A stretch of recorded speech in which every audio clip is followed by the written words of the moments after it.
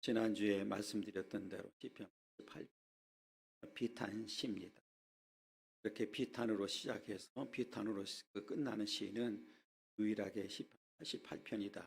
이렇게 보면 우리가 대부분의 시를 보면 비탄으로 시작을 해서 희망이나 소망으로 끝나는 경우를 많이 처음부터 끝까지 비탄을 이제 호소하고 있는 그런 모습을 우리에게 보여주고 있습니다. 어떤 질병인지는 모르지만 죽음에 임박한 이런 상황을 지금 호소하면서 그럼에도 불구하고 믿음의 끈을 놓지 아니하고 하나님 앞에 기도하는 그런 내용들을 우리에게 소개하고 있는데, 우리가 또 8절과 9절 한번 읽고 넘어가도록 하겠습니다. 주께서 내가 아는 자를 내게서 멀리 떠나게 하시고 나를 그들에게 가증한 것이 되게 하셨사오니 나는 갇혀서 나갈 수 없게 되었나이다. 곤란으로 말미암아 내 눈이 새하였나이다. 여호와여, 내가 매일 주를 부르며 나를 주를 향하여 나의 두 손을 들었나이다. 그래서 아는 자를 내게서 멀리 떠나게 했다, 이제 이렇게 이야기하고 있는데, 오늘 18절에 보면 그냥 멀리 떠나는 정도가 아니라 주는 내게서 사랑하는 자와 친구를 멀리 떠나게 하시며 내가 아는 자를 흑암에 두셨나이다. 지금 소망이 전혀 없는 상태, 그러니까 그 주변을 아무리 둘러봐도 흑암이 둘러싸이고 쌓여 있는, 대면에서 만날 수 있는 사람이 아무도 없다는 사실을 본문을 통해서도 8절을 통해서도 가르쳐주고 있습니다. 지난주에 말씀드렸던 대로 어떤 질병인지는 모르지만 오늘 갇혔다고 하는 단어를 보면 아마 그 문둥병이 아니었나, 이제 이렇게 우리가 예측을 할 수 있는데, 어떤 질병인지는 정확하게 알 수가 없습니다. 그러나 이제 또 하나 우리가 알 수 있는 부분은 15절입니다. 15절을 보면 내가 어릴 적부터 고난을 당했다. 그러니까 이 어릴 적부터라고 하는 내용은 고난이 너무 일찍 시작된 거죠. 그런데 그 고난이 지금까지 계속되고 있다. 그런데 지금은 솔직히 말하면 더 심해져서 죽음 직전까지 왔다, 이렇게 이제 표현하면 되거든요. 그러면 이 고난 가운데 있을 때에 오늘 이 시인이 그냥 절망하고 낭망하고 또 원망하고 불평하고 하는 게 아니라, 그럼에도 불구하고 하나님 앞에 간절하게 이제 기도하는 그런 내용을 우리에게 가르쳐 주고 있습니다. 우리가 이 땅에 사는 동안에는 누가 되었든지 크고 작은 고난은 다 당할 수밖에 없습니다. 그런데 이제 문제는 어떤 분이 이렇게 표현했더라고요. 고난의 과대 공포증, 고난에 대한 과대 공포증, 이렇게 표현했더라고요. 이 말은 대부분의 사람들이 어떤 고난을 만나면 그 고난에 대해서 과대 공포증을 갖게 된다. 그 이유는 자기 중심적으로 생각을 하고 판단하기 때문에 그렇다. 그러면 이 말은 무슨 말이냐면, 내가 지금 당하는 고난이 가장 크다고 느낀다는 거죠. 그리고 그러므로 인해서 자연스럽게 하나님의 능력은 과소평가를 하게 된다, 이제 이런 표현을 썼더라고요. 그러니까 이 말은 사실은 각자 지금 겉모습은 다 아무 일 없는 것 같지만 내면에 들어가 보면 크고 작은 고난들이 없는 사람이 없잖아요. 그리고 성경에서도 보면 유명한 인물들 가운데 고난당하지 않은 인물이 있습니까? 없습니까? 없어요. 그렇잖아요. 없어요. 그러니까 이 크고 작은 고난은 다 있을 수밖에 없거든요. 그런데 이게 자기중심적으로 생각하다 보니까 고난은 커 보이고 하나님의 능력은 작아 보인다는 거예요. 그래서 그것을 고난에 대한 과대 공포증이다, 이렇게 표현을 했더라고요. 그러니까 마치 나만, 왜 나에게만, 뭐 이런 생각을 하게 된다는 거죠. 그러다 보니까 사람들이 거기 그 고난에 대해서 이제 이기지를 못하고 절망하고 이런 상황들을 이야기하더라고요. 그러니까 지금 잘못하면 하나님의 능력은 과소평가될 수밖에 없는 거죠. 어? 그런데 오늘 우리는 거꾸로 돼야 되거든요. 그러니까 하나님의 능력은 무한하시고 내가 당하고 있는 고난은 잠시라고 하는 사실을 우리는 잊으면 안 된다는 거죠. 그러니까 우리가 성경에 보면 근데 대부분의 이제 고난을 이야기할 때 성경에서는 누구를 얘기를 하죠? 욥을 얘기하잖아요. 그러니까 욥 같은 경우는 성경에 처음부터 나오는 게 뭐냐면 동방의 의인이다 이렇게 얘기를 했어요. 사실은 욥이 어떤 잘못을 해서 어떤 죄를 지어서 그런 고난 당한 게 아니라 의인임에도 불구하고 고난을 당했단 말이에요. 그런데 그 나중에 보면 그 고난을 물론 하나님께서 50가지 질문도 하고 하지만 그 나중에 보면 그 고난을 통해서 자신을 깨닫게 되죠. 인간의 한계를 깨닫게 되고 그래서 더 하나님을 의지하고 하나님 앞에 나아가는 모습을 보게 됩니다. 그때 이제 하나님께서는 완벽하게 다시 회복시켜주는 역사를 이제 보게 되거든요. 그러니까 오늘 우리가 이 땅에 살면서 성경의 유명한 인물들 가운데서도 고난당하지 않은 인물은 하나도 없다. 그리고 이 땅에 사는 동안에는 제가 늘 말씀드리지만 이미 우리가 예수를 믿어서 구원받았지만 아직 구원의 완성을 이루지 못했기 때문에 그 과정 가운데 있는 이 과정 가운데 있는 동안에는 필연적으로 당할 수밖에 없는 게 고난이라는 거죠. 그런 그 고난을 당했을 때에 고과대 공포증을 갖지 않기를 바라고 그 다음에 오히려 하나님의 능력을 믿는 그런 믿음이 필요하다는 거죠. 그러니까 하나님의 능력이라고 하는 사실은 어떤 경우라도 하나님께서는 이 고난을 이길 수 있는 이기도록 역사하시는 분이시다 하는 사실을 우리가 믿게 되면 우리는 승리하게 된다는 거죠. 그러니까 오늘 본문에도 보면 물론 끝까지 어떤 그 비탄으로 끝났지만 그럼에도 불구하고 오늘 이 시인의 이 자세는 여전히 그럼에도 불구하고 하나님 앞에 기도하는 그런 모습을 우리에게 보여주고 있거든요. 그러니까 그렇게 기도했음에도 불구하고 왜 비탄시로 그냥 비탄으로 끝났느냐? 응답이 없어요. 그게 이제 가장 힘든 상황이죠. 그러니까 어떻게 된 일인지는 모르지만 하나님 앞에 그렇게 밤새 기도했는데 그럼에도 불구하고 두 손 들고 기도했는데 그럼에도 불구하고 응답이 없는 거예요. 그러니까 이 시인의 입장에서 볼 때는 너무 절망스러운 거죠. 그런데 그럼에도 불구하고 앞에 제가 말씀드렸던 대로 시인은 여전히 이제 기도하고 있다는 거거든요. 오늘 그 10절에 보면 이제 10절에서 12절까지는 마치 이제 그 죽은 자 같은 이제 이런 상황을 말하는데 이제 한마디로 말하면 이런 거예요. 하나님 죽고 나면 뭐 할 수 있습니까? 그러니까 한마디로 말하면 10절에서 10절은 그런 얘기예요. 죽기 전에 구원해 주세요. 이제 이 얘기입니다. 그냥 쉽게 말하면 하나님 죽은 다음에는 아무것도 할 수가 없잖아요. 그러니까 제발 죽기 전에 좀 구원해 주세요. 이게 이 얘기예요, 지금. 그 내용이.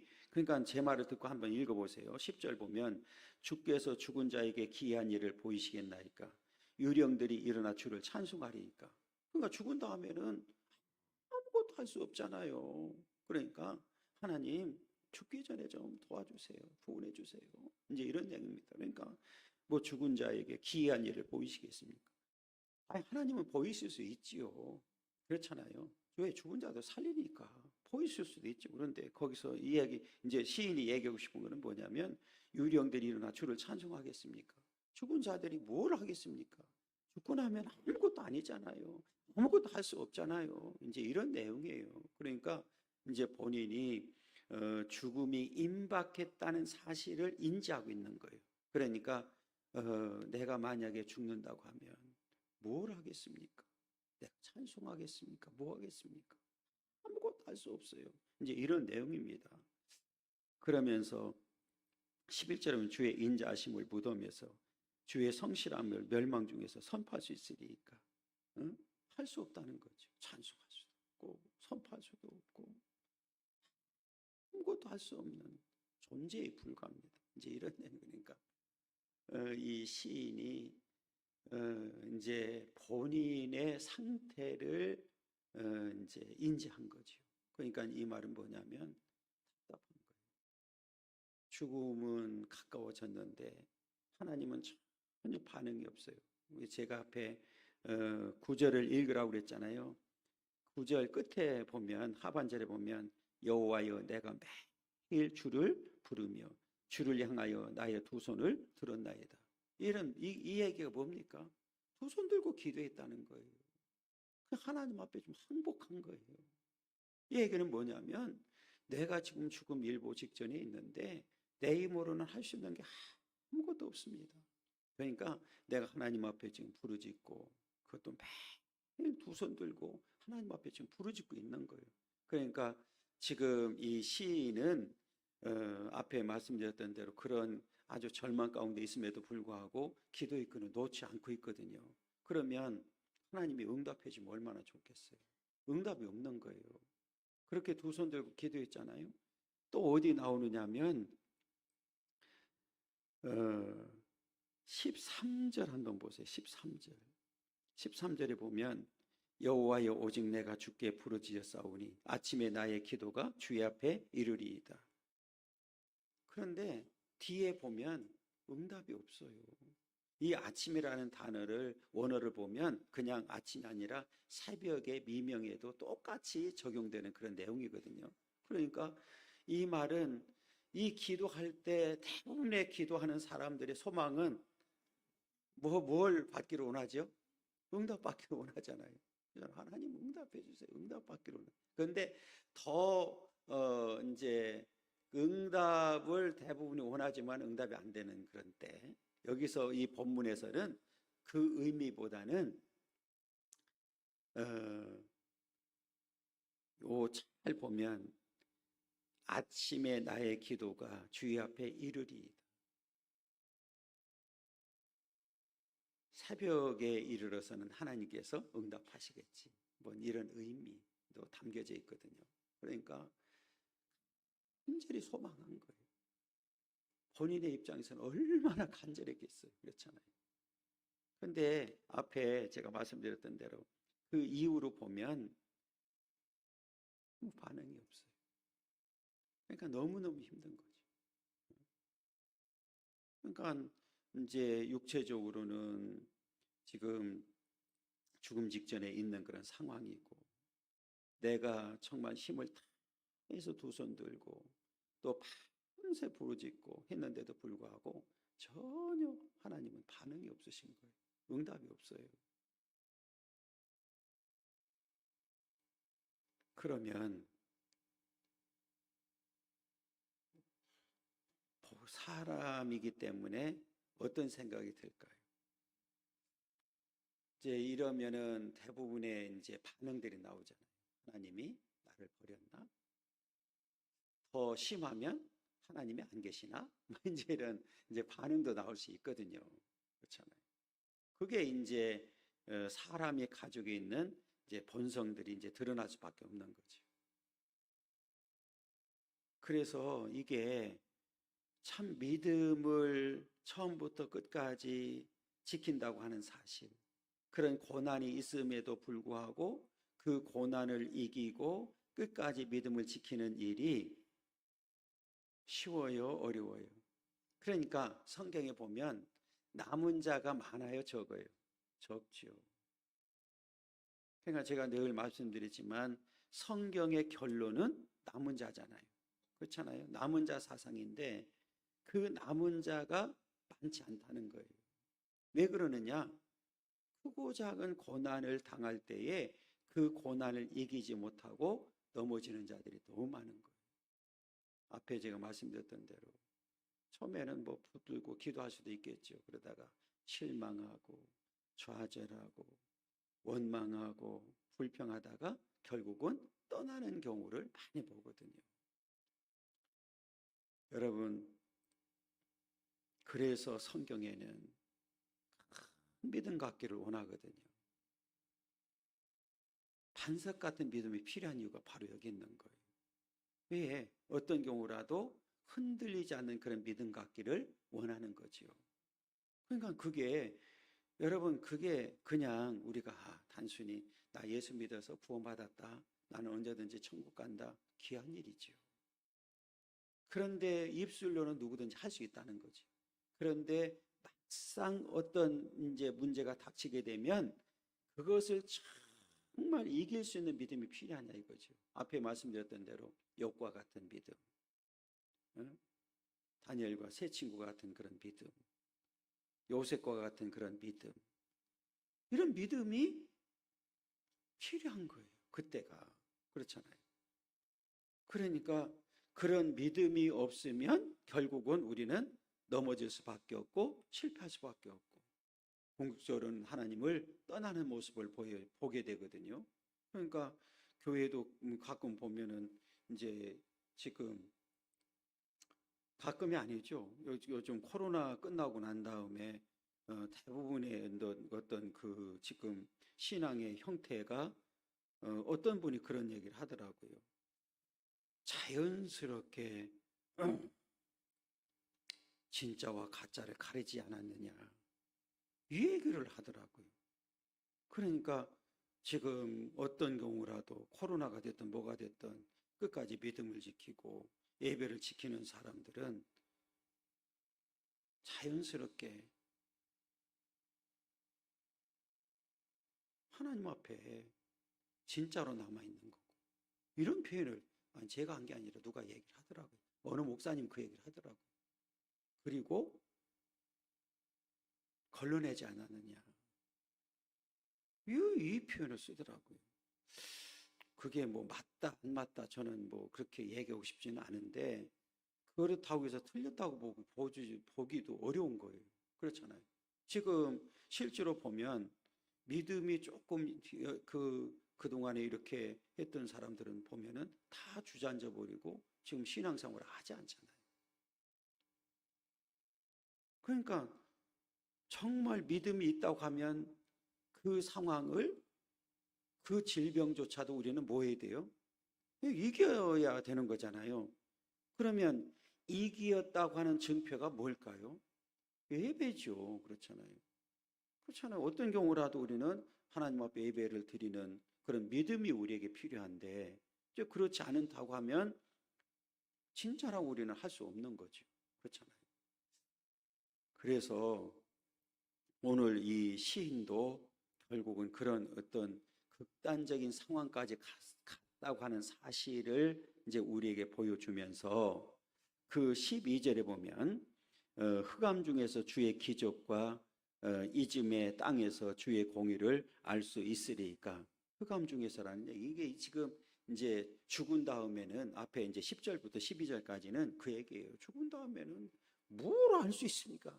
알 수 있는 것도 없고 할 수 있는 것도 없고 하나님 앞에 찬양할 수도 없고 하나님 앞에 뭐 선포할 수도 아무것도 할 수가 없어요. 이제 이런 상황이거든요. 그러니까 이 얘기는 하나님 죽기 전에 좀 구원해 주세요. 이제 이런 내용으로 지금 고백하고 있는 거예요.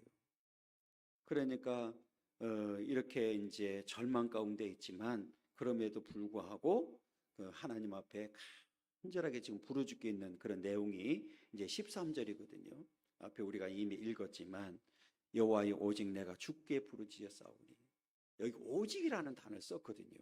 그러니까 지금 내 주변에는 나를 도와줄 수 있는 그 우리가 8절에도 읽었고 18절에도 읽었잖아요. 나를 아는 사람들 다 멀리 떠나게 만들었기 때문에 내 주변에는 지금 나를 만날 수 있는 내가 만날 수 있는 사람도 없고 나를 도와줄 수 있는 사람도 세상에는 아무것도 없습니다. 내 주변에는 지금 아무것도 없습니다. 그래서 오직 내가 주께 부르짖었습니다. 그러니까 지금 여러분 죽음 직전에 있으면서 하나님 앞에 지금 구원해달라고 기도하는 그 기도가 지난주에도 말씀드렸지만 적당히 했을까요? 정말 간절했을까요? 간절할 수밖에 없잖아요. 그렇잖아요. 얼마나 간절했겠어요. 그러니까 오직이라는 단어는 뭐냐면 나를 지금 이 상황에서 도와주고 이 상황에서 벗어나게 만들 수 있는 분은 오직 하나님 한 분임을 나는 믿습니다. 그래서 오직 내가 주께 부르짖습니다. 이제 이 고백을 하고 있는 거거든요. 그러면 시인이 그냥 입술로만 내가 오직 그냥 주님께 부르짖었습니다, 이게 아니잖아요. 앞에 말씀드렸던 대로 사실은 지금 목숨 걸고 한 거예요. 목숨 걸고. 그러니까 얼마나 간절하게 기도했겠어요. 그러면서 아침에 나의 기도가 주의 앞에 이르리이다, 소망하는 거죠. 하나님, 아침이 되면, 새벽이 되면 하나님께서 나의 기도를 들으시고 응답하실 줄 믿습니다. 이런 소망을 갖는 거잖아요. 그럼 우리가 기도하면서 어떤 그 소망도 없고 확신이 없다고 하면 그 기도가 되겠어요? 그렇잖아요. 그러니까 이 시인은 지금 인간적으로 보면 최악의 경우인데도 불구하고, 그럼에도 불구하고 여전히 하나님 앞에 뭐 하고 있어요? 기도하고 있다는 거예요. 제가 늘 이제 말씀드리는 것 중에 하나가 예배도 그렇지만 기도는 우리에게 주어진 특권 중에 특권입니다. 이거는 아무나 할 수 있는 게 아니에요.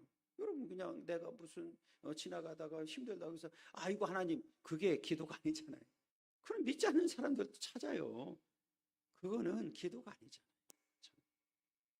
그러니까 기도는 우리 믿음의 사람들에게, 우리 하나님의 자녀들에게 주어진 특권 중에 특권이란 말이에요. 그러니까 자녀가 누구한테? 아버지한테 하는 거잖아요. 아버지한테. 아버지한테 하는 거예요. 제가 가끔 얘기해 주면, 지금 이제 뭐 청와대가 옮겨졌으니까 그렇지만 용산에는 집이 따로 없잖아요. 그러니까 따로 이제 그 대통령이 사는 집이 따로 있잖아요. 그런데 청와대는 그 안에 다 있었단 말이에요. 그 안에 다 있잖아요. 그러니까 제가 가끔 말씀드리지만, 내가 지금 그 당시 가가지고 내가 청와대 뭐 들어가고 싶다고 그래서 뭐 대통령 만나고 싶다, 들여보내줘요? 안 들여보내줘요? 안 들여보내주죠. 그런데 자녀들은, 대통령 아들이나 딸들은 아니 낮이고 밤이고 들어간다는데 안 들여보내줘요? 왜 들어가요? 왜 들여보내줘? 아버지 집이요. 아버지가 있으니까 들어가는 거예요. 그런데 아버지가 나왔어. 그렇게 드나들었어. 나온 다음에 내가 들어간다면 들여보내줘? 안 들여보내줘? 안 들여보내주죠. 그렇잖아요.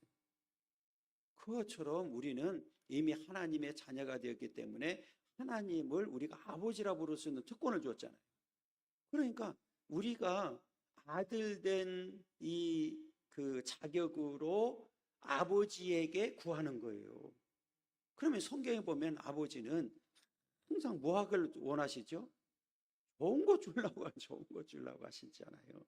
그러니까 우리가 이 땅에 사는 동안에 기도할 수 있다고 하는 사실이 굉장히 중요하고, 또 하나 이제 중요한 사실은 기도할 수 없을 때가, 예배 내가 드리고 싶어도 드릴 수 없을 때가 반드시 온다는 거예요.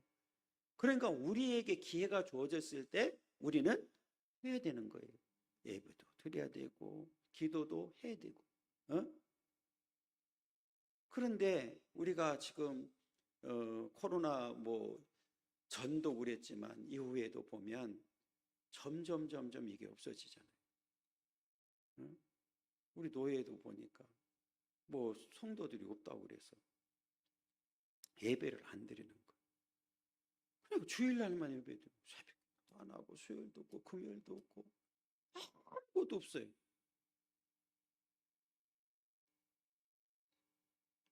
제가 이제 지난번에 부산에 가서도 이제 목사님들한테 그런 얘기를 했는데, 그러면 우리가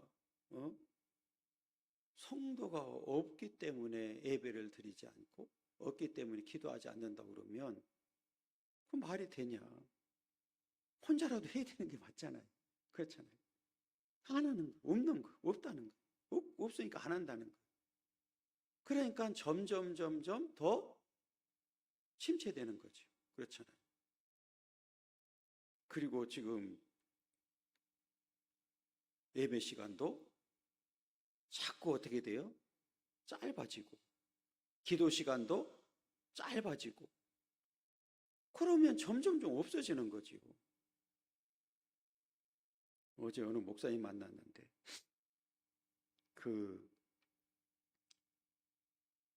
이제 저는 그때 이제 모임 못 갔어요. 이제 자살 예방 센터라고 하는 곳이 있어요. 그래서 저 이제 우연으로 가서 이제 회의하고 뭐 이렇게 하는데, 거기 아마 신부가 이제 왔던 것 같아요. 그러니까 이제 다른 목사님하고 신부하고 이제 얘기하는 가운데, 신부가 하는 소리가, 요즘은 막 이상해요. 뭐 성도들이 그러더래요. 왜요? 그러니까, 뭐 설교가 길다고 막 뭐라고 막 대드는데, 그래서 얼마나 하는데니까 1시간 반 가지고 그래. 1시간 반, 응?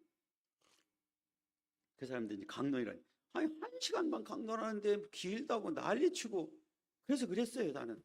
그러면 듣기 싫으면 오지 말라고 그랬어요. 그랬더니 아직 오지 말라고 그랬대. 아니, 자기 입으로 그렇게 얘기하더래. 어제 얘기하더라고요. 이제 누군가 만나서 얘기하는데, 나 왜 안 왔냐고 이제 그러고 해서 하면서, 신부를 만났는데, 아니, 막 설교가 길다고 막 그냥 난리 치는데, 그거 얼마나 하냐고 그러니까 1시간 반 하는데 그런데, 1시간 반 가지고 저게 난리 친다고. 여러분, 우리가 천주교 신부가, 이제 주례하는 예식을 가본 적 있어요? 길어요? 짧아요? 성당에서 하면요, 2시간에 2시간 세워놓고, 얼마나 긴지 몰라요. 어? 그래서 자기는 그랬대. 그러면 오지 말라고. 안 오면 된다고. 자기는 그렇게 얘기했대. 그래서 나도 이제 배웠어.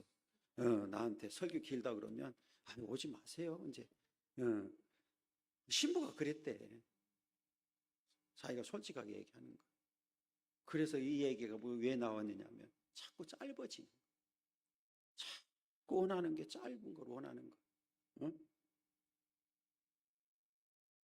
사실 우리 교회도 뭐 11시 시작하면 12시 10분 넘어본 적은 없는 것 같아요. 그래도 거의 그건 제가 맞추려고 노력은 하지요.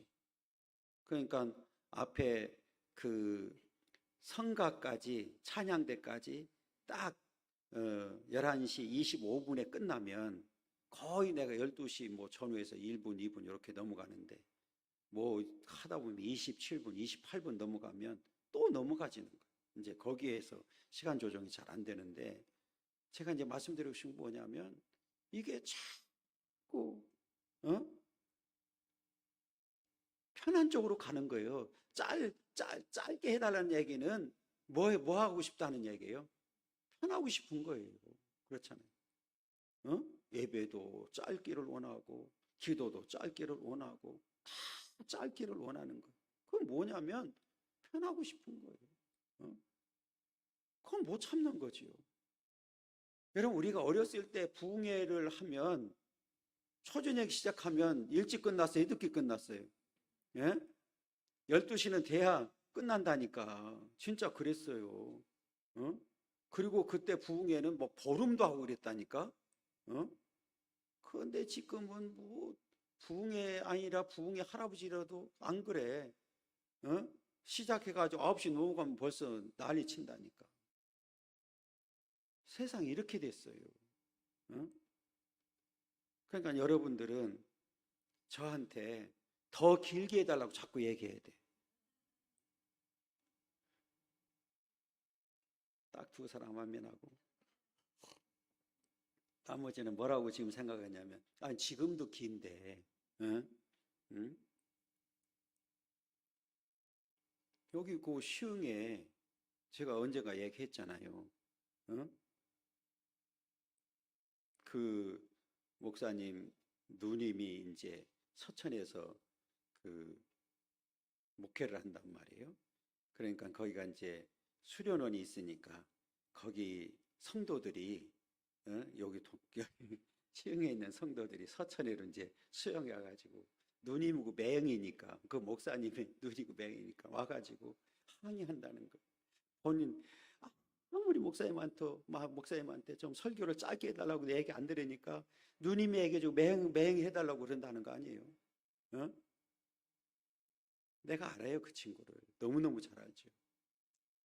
근데 그 친구도 그 설교에 대해서는 양보하고 싶은 마음이 없는 거예요. 어?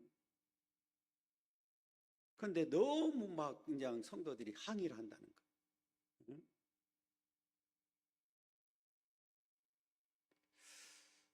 좋은 현상일까요? 안 좋은 거. 뭐가 맞는 거예요? 어? 근데 이제 그 서천에 있는 목사님은 뭐 시골 뭐 하여튼 그래서 그런지는 몰라도 자기는 주일 낮 설교도 딱 25분 한다고 그러더라고요. 그냥 그랬어요.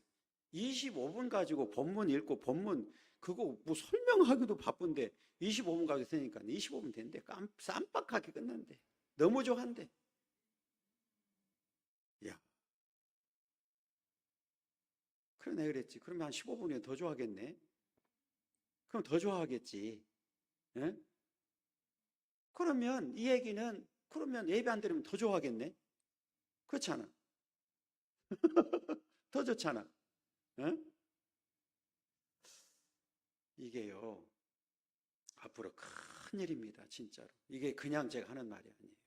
그냥 웃으면 넘어가는 일이지만 이게 여러분 지금 신앙의 형태가 이렇게 가고 있다는 거예요. 지금 이제 돌아오는 주일날 야 구원에 잠깐 말씀드리면 그게 조사한 거예요. 지금 코로나 이후에 성도들의 신앙의 형태를 믿는 사람들에게 설문조사했는데 구원의 확신이 51%뿐이 안 돼요.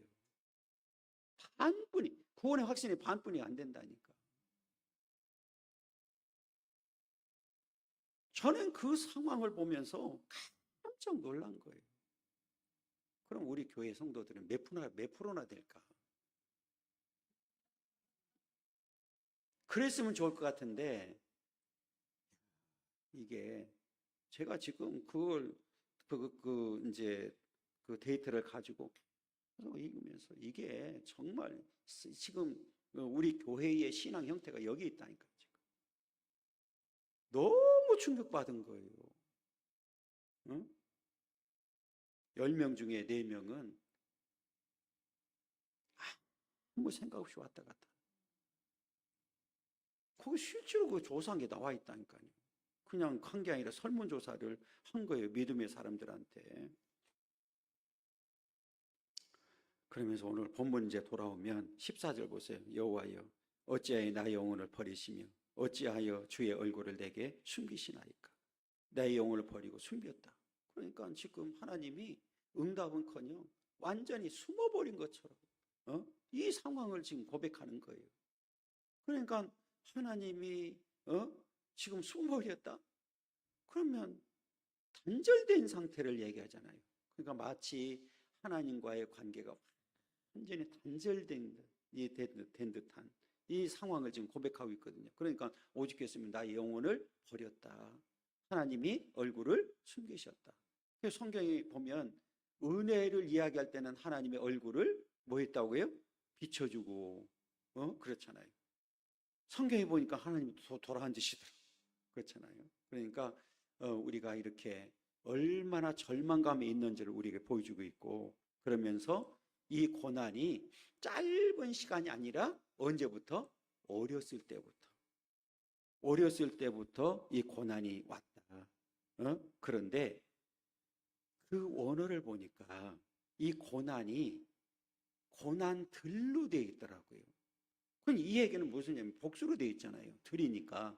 이게 무슨 소리냐면 이 고난이 어렸을 때부터 지금까지 계속되었다는 사실을 보여주는 거예요. 그냥 어렸을 때 내가 고난당하고 지금 고난당하고 이게 아니라 어렸을 때부터 시작된 고난이 지금까지 계속됐다는 얘기를 하는 거예요. 그래서 이 고난들이라고 하는 단어를 썼더라고요. 그러면서 고난을 당하여 죽게 되어 싸우며 주께서 두렵게 하실 때에 당황했습니다. 그러면서 여기 이제 이 주의 진노도 마찬가지. 이 진노가 넘치는 복수로 되어 있다. 그러니까 이 진노가 내게 넘치고 주의 두려움이 나를 끊었나이다. 그러니까 얼마나 지금 이 두려움과 공포 가운데 있는 데를 보여주고 있는데, 그 단어 가운데 우리에게 아주 실감나게 주는 단어가 뭐냐면 어디냐면 17절입니다. 이런 일이 물같이 종일 나를 애우며 함께 나를 둘러쌌나이다. 이 얘기 뭐예요? 막 홍수가 나면 어때요? 물이 멈춰요, 안 멈춰요? 마치 노아 홍수 때에 주야로 막 밑에서 땅에서 올라오고 막 했던 것처럼 이게 완전히 물을 나를 뭐 했다고요? 에워싸고 있는 상태를 지금 말하고 있는 거예요. 응? 에워싸고 있는 상태. 그러니까 지금 이 물이 나를 완전히 에워싸고 있다는 얘기는 그 상황에서 벗어날 수 있어요, 없어요? 지금 없다는 상태를 표현하고 있는 거예요. 그러니까 앞에 잠깐 말씀드렸던 대로 이 고난이 어렸을 때부터 시작해서 지금까지 계속 끝이지 않고 온 거예요. 그러면서 죽음 직전까지 왔는데 마치 이런 일이 물같이 종일 나를 애우며 함께 나를 둘러쌌습니다. 그 물이 창이란 거예요. 물이 다 그냥 그러니까 지금 본인의 입장으로서는 소망이 아무것도 없는 거예요. 그러면 지금 이 유일한 소망은 그럼에도 불구하고 하나님이라는 거죠. 그 단어가 앞에 우리가 읽었던 대로 오직 여호와여 오직 내가 주께 부르짖습니다. 그 이 여호와는 언약의 하나님이니까 그럼에도 불구하고 여전히 하나님은 나의 언약을 지키실 줄 믿습니다. 그러면서 하나님 앞에 지금 기도하는 거예요. 그런데 그 기도를 들어주시면 얼마나 좋겠어요. 응답해 주시면 얼마나 좋겠어요. 그런데 전혀 반응이 없는 거예요. 그러면서 딱 한마디로 정의를 하는데 뭐냐면 나에게는 지금 물이 나를 에워쌌는데 거기에는 흑암으로 표현해 버렸거든요. 그러니까 이 흑암이라고 하는 내용은 뭐냐면 소망의 빛이 없는 거예요. 그리고 나를 아는 자, 나를 지금 알고 있는 사람은 내 주변에 아무도 없어요. 아무도 없어요. 그래서 앞에 우리가 읽으라고 했던 단어대로 그 8절에서 보면 주께서 내가 아는 자를 내게서 멀리 떠나게 하시고, 그 다음에 18절 읽어보게 되면 주는 내게서 사랑하는 자와 친구를 멀리 떠나게 하시며, 다 떠났어요. 아무도 없어요. 내 주변에는 친구도 뭐도 아무도 없어요. 그러니까 인간적으로 볼 때는 완전히 고립된 상태. 그래서 한마디로 뒤에 나오는 게 뭐냐면 내가 아는 자를 흑암에 두셨나요? 그러니까 나에게는 지금 뭐만 남아있는 거예요? 흑암만이 남아있는 거예요. 그리고 물이 나를 에워싼 것처럼 고립되어 있는 상태. 지금 아무런 소망이 없는 상태를 지금 표현하고 있는 거예요. 그래서 비탄시로 시작을 해서 비탄시로 끝나는 유일한 시입니다. 뒤에는 어떻게 됐는지는 몰라요. 성경이 더 이상 가르쳐주지 않으니까. 근데 앞뒤 문맥을 잘 보면 저는 그런 생각을 해요. 아마 끝까지 비탄으로 끝나지는 않았다. 왜? 여전히 두 손 들고 기도하고 오직 여호와께 뭐 했기 때문에? 부르짖었기 때문에, 믿음의 끈을 놓지 않았기 때문에 반드시 믿음으로 승리했다는 사실을 유추해 볼 수는 있어요. 그러니까 오늘 우리들에게 오늘 본문을 통해서 주려고 하는 교훈은 뭐냐면, 한마디로 말하면 끝까지 믿음의 끈을 놓지 않는 것. 그 믿음의 끈을 놓지 않는 방법 중에 하나가 기도입니다. 지난주에도 말씀드렸지만 극단적인 상황이 오면 기도가 될까요? 안 될까요? 잘 안 돼요. 정말 힘들거든요. 그런데 이 시인은 그럼에도 불구하고 지금 뭐 하고 있어요? 기도하고 있다는 거예요. 그러면 그 상황만 보면 보통 믿음이 아니라는 거거든요. 그래서 지난주에도 말씀드렸지만 정말 힘들 때는 기도가 안 되기 때문에 그때 필요한 게 우리라고 하는 공동체가 필요한 거예요. 그래서 우리 함께 손잡아주고 기도해주고 우리가 협력해주는 일이 그래서 중요한 거거든요. 그러니까 오늘 본문을 통해서 이 시인과 같이 어떤 상황에 있든지 믿음의 끈을 놓지 말아야 된다.